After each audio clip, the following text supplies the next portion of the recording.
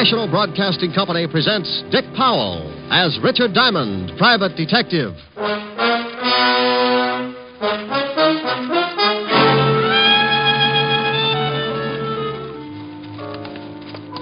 this way, Diamond. If I do, well, I tell my friends. Hey, this is the morgue. Yeah, wise guy. You should feel right at home here, Otis. Oh. Hello, Rick. Hiya, Walt. What goes here? I want you to take a look at someone. You know who this is, Rick? Oh, the poor little devil. He was murdered, huh? Yeah, shot. Right in the back. And here's another exciting half hour with Richard Diamond, private detective, starring Dick Powell.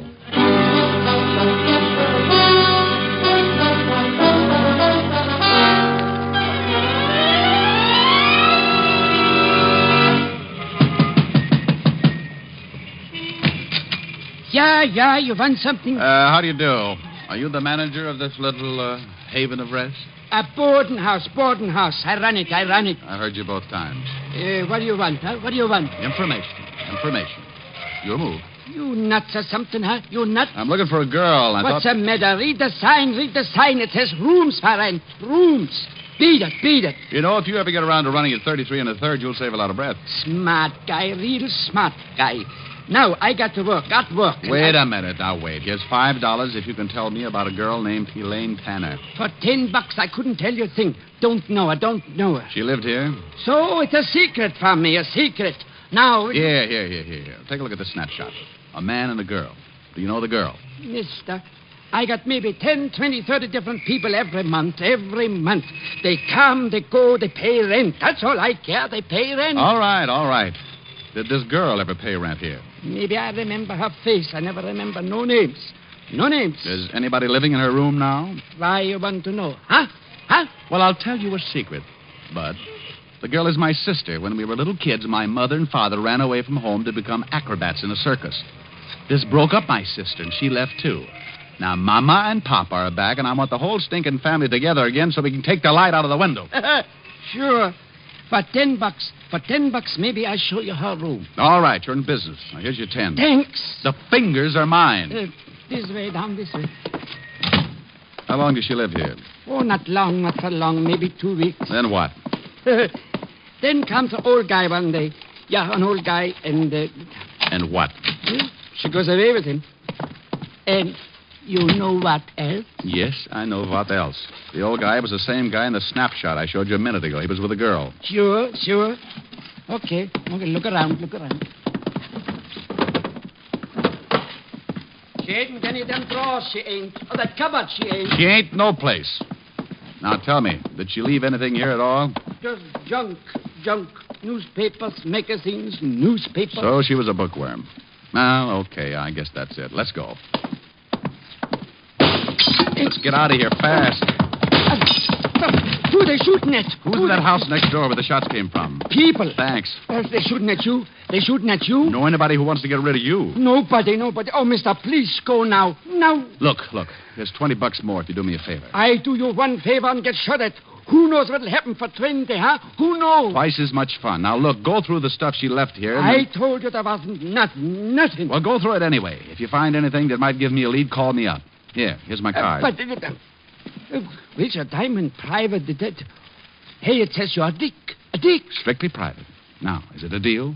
$20 now? There'll be more if you find something for me. Okay. No, please beat it and don't come back here no more. Window glass costs dough.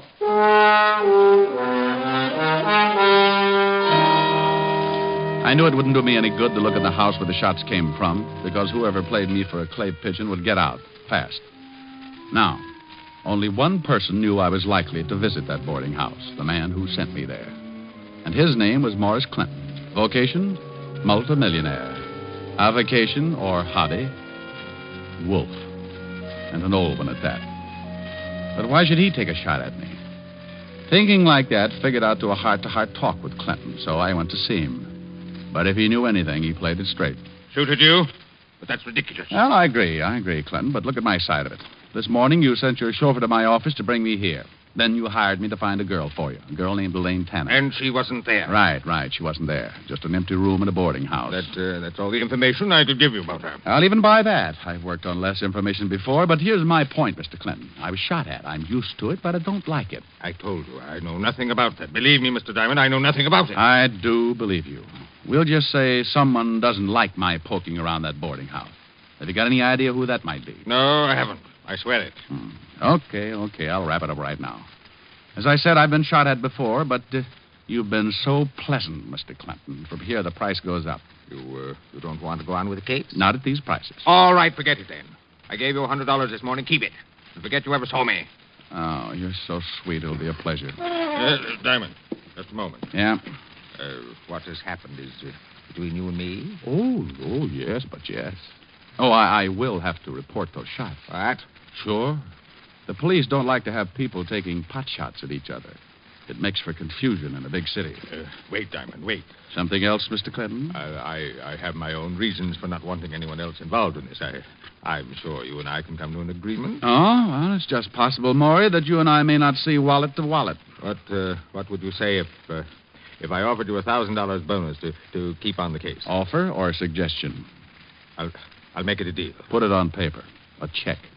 Can I trust you? Okay, Clinton, if you feel that way about it. Post date the check. A week from today. If I don't show up with Elaine Tanner by then, the check is yours again. Uncashed. Very well. Here you are. Thanks. So long, Mr. Clinton. I'll keep in touch. Where are you going now? Back to my office to wait for a phone call from the little guy at 118 Parker Avenue. Oh. Well, hello there. Did you hear everything you wanted to? I beg your pardon, sir. I was just coming in to ask Mr. Clinton if I should drive him anywhere this afternoon. Oh? Christopher, come in here. Right away, Mr. Clinton. Excuse me, Mr. Diamond. Yeah, sure. So long, Christopher. The minute I left Clinton and Chris, I began to get that lousy feeling again. The only thing that made me feel anywhere near normal was the thought of the $1,000 that would be mine in 7 days. For $1,000, I'd stand up for target practice for the big mole. I didn't have much to go on, just the knowledge that old man Clinton wanted me to find Elaine Tanner and that somebody, who up to now had proved to be a bad shot, didn't want me to find her. With that peaceful thought in mind, I sat in my office hoping for a call from the little manager of the boarding house on Parker Avenue. I'd been waiting about an hour, and then... save your knuckles and use a fire axe. Come on in. Hello, Mr. Diamond. Well, Christopher. All your driving finished for the day? Mr. Clinton sent me to see you, Mr. Diamond. This is the second time today. What's he trying to do, make dear friends of us? Not exactly, Mr. Diamond. He wants that check back. What? He's changed his mind. Oh, from what I know of him, it needs it. He wants to call off the whole thing. Something happened. Elaine Tanner show up? No. Oh, and he sent you to get the $1,000 check back. That's right, Mr. Diamond. Oh, I know an easier way. Why doesn't he just stop payment on the check? I'm only carrying out Mr. Clinton's orders. Are you? Why do you ask that? It seems a little offbeat, Chris. This morning he hires me, then he fires me, then he hires me, now he fires me. Monotonous, isn't it? May I have the check, Mr. Diamond? Not before I call Clinton and ask him a few things. You just don't seem to understand, do you? I want Mr. Clinton to explain. Take your hands away from that phone. Oh, gun. I know how I hate him. No need to be afraid of this one unless you get stubborn. Let's give Clinton a ring. Keep your hands on top of the desk, palms down. So we're going to play table tilting, maybe? And stay sitting. Listen, Chris. How do you like your hair parted, Diamond? On the side or right in the middle?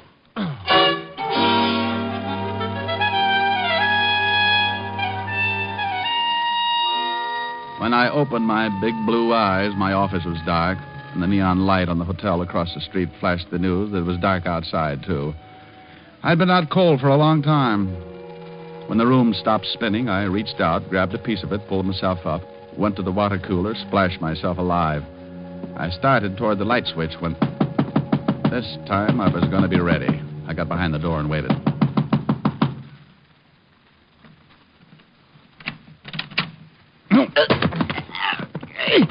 Hey, what's the idea?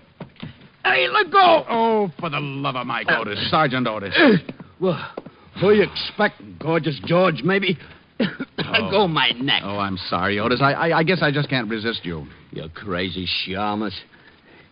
Hey, It's dark in here. It was a lot darker a couple of minutes ago. Hit the light, will you? Yeah. Thanks. Oh, I got enough troubles, and the first thing I see when I wake up is you. Holy mackerel. What you been doing with your head, Diamond? I got mixed up in a handball game. Oh? Yeah, some friends needed a ball. It's hard work, but you get used to it. Oh, got worked over, huh? Well, them bum jokes you pull catch up with you sometimes. Yeah, Hey, wait a minute. What are you doing here? I come to get you. Lieutenant Levinson wants to see you. Well, go back and describe me. That's all he gets tonight. I think you better come, Shamus. It's important. I think you better go, Otis. That's important. Now, look. Lieutenant Levinson sends me over to get you. There's something he wants to ask you. All I know is name, rank, and serial number. Now go back and tell Walt I don't want to play games. Shamus, I got news for you. Murder ain't a game no more.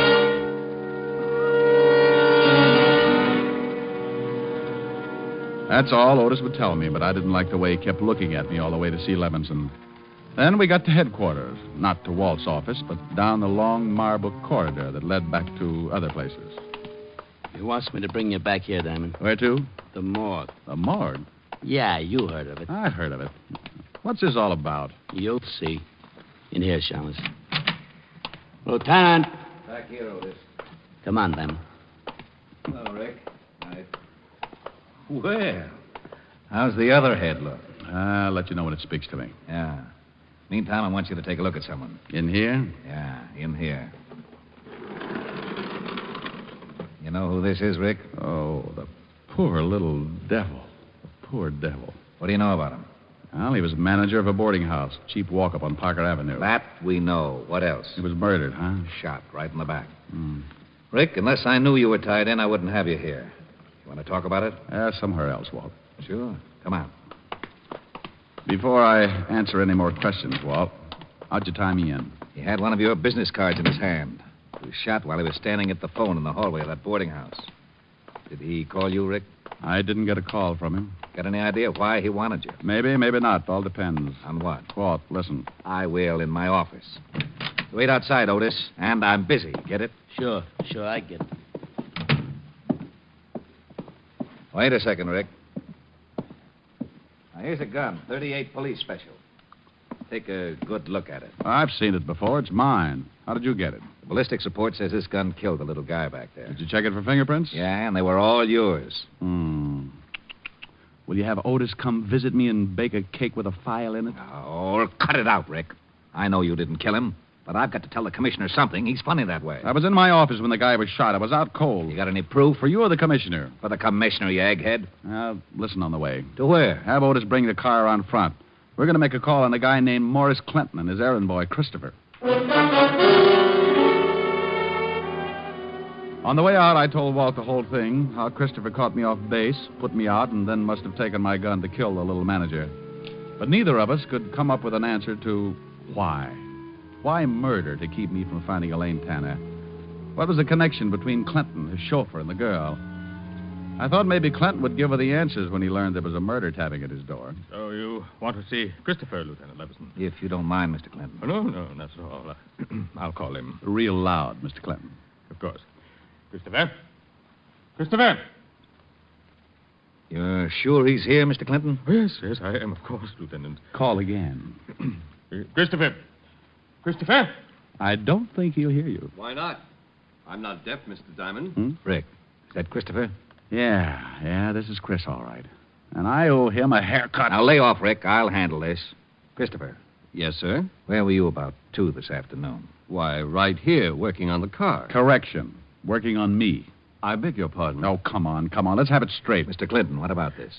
Christopher is right, Lieutenant. Yes, he's right.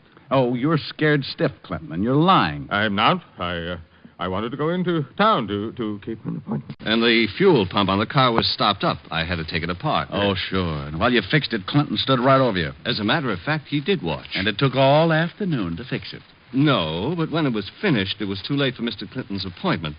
He decided not to go. How about that, Mr. Clinton? Oh, yes, Lieutenant. Christopher hasn't been out of my sight all afternoon. That's good enough for me. All right, Diamond, let's go. What? Are you crazy? No, that's why I'm putting the cuffs on you. I thought there was something fishy about your story. Gun taken away from you, people coming to see you, hiring you, firing Walt, your stomach has gone to your head. Never mind my stomach. Otis, Yeah, Lieutenant. put the cuffs on this shamus. Cuffs? On him? Close your mouth, Otis. Put the cuffs on. Walt, what in the world? Diamond, I've been waiting for a chance like this to comb you out of my hair for good. Otis, the cuffs. Yes, sir, Lieutenant. All right, Shamus, hold him out. Mr. Clinton, thank you very much. Goodbye. Come on, Diamond. Oh. Lieutenant. Otis, I told you to close your mouth. Oh, I gotta breathe. Oh, shut up and come on. Walt. Outside, Diamond. Get going. You big bubblehead. What's the idea of making like a cop with me? I kind of liked it. How'd I do? What? Good performance, eh? Good Oh, you big ham. You great big ham. Well, Lieutenant, are we gonna put the Shamus in the jug? Shut up, Otis. Take the cuffs off him. What? Here, Otis, start working. Oh, You're right, Rick.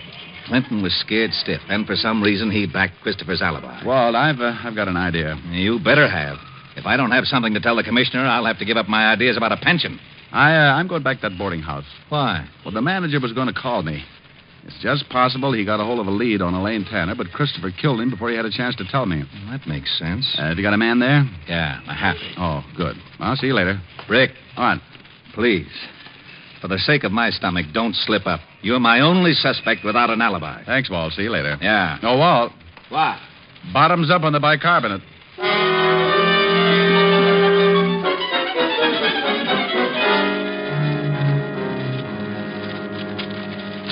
That's all the stuff there was in the basement, Diamond. Oh, thanks, my happy. Everything neatly bundled but this one pile.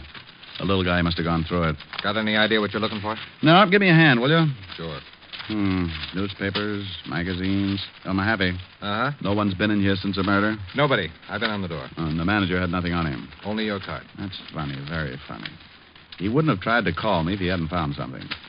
Maybe he came across something in this pile of stuff. Didn't take it out and then... Find something? Yeah. This sheaf of withholding tax statements.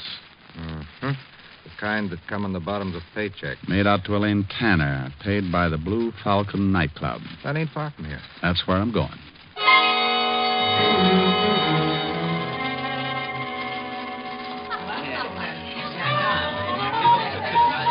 Yeah, sure. Now I remember a kid that named Tanner. Yeah, used to work here in the line. Thanks, bartender. Where's she now? Well, Mr. Me, I know from nothing about her, but she was good friends with one of the dolls in the line, gal named Gladys. Where can I find this Gladys? Dressing room, straight back, turn left. And knock on the door, huh? What for? They dressed that way for the show anyway. I'll keep both eyes closed. Sure, straight back like I said, then first turn left.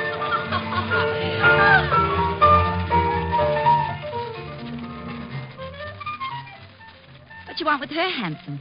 Why don't you get off here? You tip me, sweetheart, but give me a rain check. Who waits for rain? But, why you want to see Elaine? Well, maybe I ought to tell her about some oil wells that came in. Yeah? You don't look like the type talks about oil wells. Honey, don't let the tassels on my shoes fool you. Oh, you're cute. Yeah, I know where Elaine is. Want to give? Information? Sure. Oh, you've got a one-track mind. Maybe I can't switch it over yet. Okay, so I'll get a couple of days older meanwhile. Anyhow, I never did like her. So, I don't mind letting you know. No what, Gladys? Well, maybe a month ago she quit this job. This dump. All right, she quits. Go ahead. Yeah. But before she quit, she's acting funny. Like the night we're going home together, walking along, and she's talking. This is the last time I take this walk. So, gonna fly to him from work? I'm quitting. Well, if you like to eat grass, go ahead. I won't eat grass. Ever had a real mink coat, Gladys? I coulda, but his lawyers settled out of court. I'll have one. I'll do all right. You thinking about that guy Clinton who comes in the club? Uh-huh. Honey, there's wolves and there's wolves. Want to pick one with teeth? He likes me. Sure. Every time he sees you, he's got to push his eyes back in his head. Chris is working for him. His chauffeur. So this is news, so what? Money. Lots of it. Shakedown? Oh, now look, honey, they can give you trouble for that. Not a shakedown. This is safe and sure. Chris figured it. He figured it, and I... And what? Nothing. Just forget it. Come on, let's get some coffee.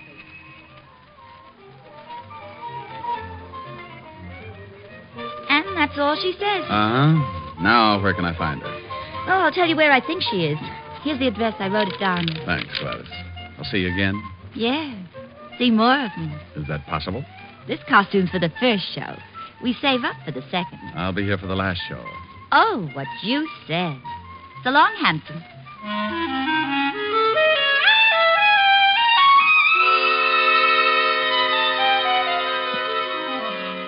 A little while after Gladys gave me the address, I was buzzing at an apartment door. I kept my fingers crossed and then uncrossed them when the door opened. Yes? Hello there, Elaine. Who are you? Well, the name's Hangtooth. Elmer Hangtooth. Who? Oh, I better come in. Hey, what's the idea? Can't hear a thing you say, honey. My hearing aid just shorted out. Now listen, wise guy. Oh, Elaine. Chris sent me. Chris, Yeah. He said to tell you everything's okay. The heat's off. how about that private eye? Diamond? Richard Diamond? Yeah, that's the one. Honey, you'll never be any closer to him than you are right now. I was afraid he'd quit. Hey, when's Chris coming? Soon, I hope. Oh. I've never seen you before. Have I? Well, you're young and life's full of surprises. Uh-huh. I like surprises. Nice. Chris work you in on the deal? Yeah. I did him a favor. Took care of Diamond. Like doing it, too. Oh, by the way, what goes with you and Clinton? Honey, we had a common interest. Oh. Books, dearie. Books. He had one I wanted. When I finished with him, I could have walked out with the furniture. Yeah, I guess you could, baby. I guess you could. Think so? Why not? What did you say your name was? Well, the name's Applenknocker, Harold Applenknocker. What? That's not what you said before. Oh, so you have been listening. The real name is Diamond, Richard Diamond. I see a kidder, huh? Well, if that makes you laugh, this ought to bring back Mahjong. Here, take a look at my license. Huh? My membership card, the Hopalong Cassidy Club, my Flash Gordon beanie. You dirty shamus, you stinking cop. Easy, baby. Let Easy, go of me. baby, easy. Let go, you dirty. Let go of me. Let her go, Diamond. Chris! Jackpot, Chris and Elaine all at once. Diamond, get your hands off her. Get them off. No, that's better. Now, Elaine, before I fill him full of holes, tell me what he's doing here. He said you sent him, Chris. Sure, he would. Elaine, you ready to get out of here? Yeah. Okay, hand me a cushion from the sofa. Want to take a nap, Chris? I'll laugh at your funeral, Shamus. Hold a cushion over the gun. Nobody hears the shot. Better not, Chris. Elaine, start out. I'll be right behind you. Yeah, all right, Chris. Got the book? Yeah. What book? Shut up. Get going, Elaine. Chris, let's talk this over. Funny, you just finished talking, Diamond. Chris! Elaine, what's the matter? Give me my book. Give it to me. Clinton, Duck, get out of the way. Diamond, you... Chris. Well, I owed him that partner's hair. Chris. It's all right, Elaine. Just creased. I wouldn't think of depriving the hot seat of such a good customer. My book. Where's my book? I want it. Give me my book. Sure, Mr. Clinton. But I'm afraid you'll have to explain to the police first. A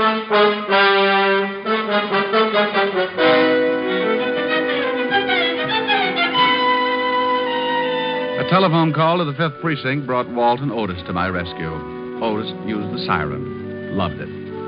I told Walt the book old man Clinton kept screaming about had me a little confused, and that I wouldn't be able to relax until he found out just where it fitted in the case. He promised to find out the answers as soon as he took Chris, Elaine, and Clinton back to the 5th Precinct.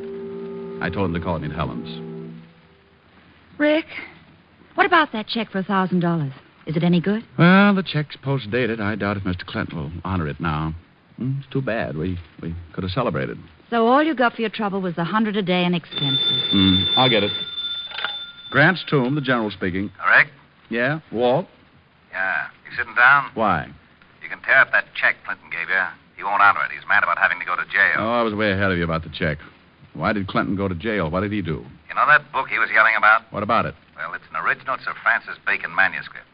How would you know? I hate to admit it, but Otis told me what it was. You know, Otis is excuse me, Lieutenant. It's bibliophile. Shut up, hammerhead. Okay, so I work for nothing. Rick. Yeah? The book was worth $30,000. It was stolen 18 years ago from the Fine Arts Library in Washington. Old man Clinton bought it from a fence. That's why he couldn't go to the police. Oh, so Chris and Elaine hijacked it, huh? Probably had a sale for it. Yeah, Rick, there's a $1,500 reward for that book. So what? It's yours. Hey, wait a minute, Walt. Helen, put your ear next to the receiver. Oh, all right. Walt, say that again. Say what again? What you just said. Did I say anything? Well, sure you did. Are you sure? Oh, now cut it out, Walt. Say it again about the reward. Oh, that. There's a $1,500 reward for the book. Thanks, Walt. Bye. Bye. Well, baby. Well, we're going to celebrate after all. $1,500. Oh, Rick, that calls for a real celebration. Sure. Well, don't go away, darling. I'll be right back. I won't be long. Oh, Rick, there's a new song on the piano. Why don't you try it? Okay, I set my pajamas and put on my prayers. Well, that's pretty silly, but... My baby kissed me goodnight, and I am glad to relate that by the time I got home, I was feeling great. I climbed up the door and opened the stairs. I said my pajamas and put on my prayers. I turned off the bed, crawled into the light, and all because you kissed me goodnight. Next morning I awoke and scrambled my shoes. I shined up an egg, then I toasted the news. I buttered my tie and took another bite, and all because you kissed me goodnight. By evening I felt normal, so we went out again. You said goodnight and kissed me. I hurried home, and then I climbed up the door and opened the stairs. I said my pajamas and put on my prayers. I turned off the bed, crawled into the light, and all because you kissed me goodnight. By evening I felt normal, so we went out again. You said goodnight and kissed me. I hurried home, and then I lifted the preacher, called up the phone, spoke to the dog, and threw your ma a bone. 'Twas midnight, and yet the sun was shining bright, and all because you kissed me good night. Oh, that was lovely, Rick. Well, how do I look? Oh, my, wonderful. What are you so dressed up for? For the celebration. Oh, that's right, yeah. Come on, let's go. Oh, where are we going, Rick? Oh, the Blue Falcon nightclub. We'll be just in time for the last show. The Blue Falcon. Oh, but why pick that place? Oh, but they've got a wonderful floor show. Yes, but the costumes are... Oh, they're nothing. Oh, what you said.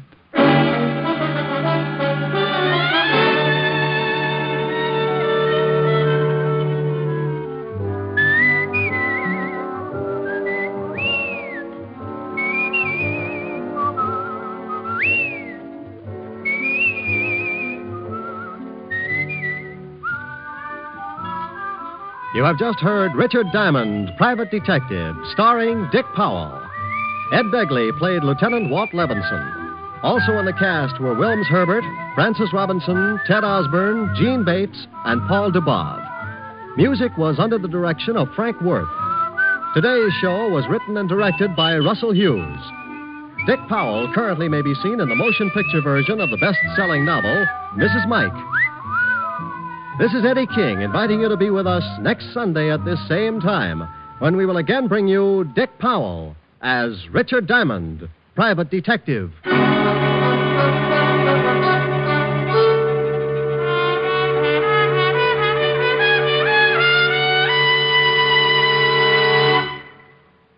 What's on NBC today? Ezio Pinza, dynamic singing star, plays his first starring dramatic role today on Theatre Guild on the Air, with Madeline Carroll and Linda Darnell co-starred.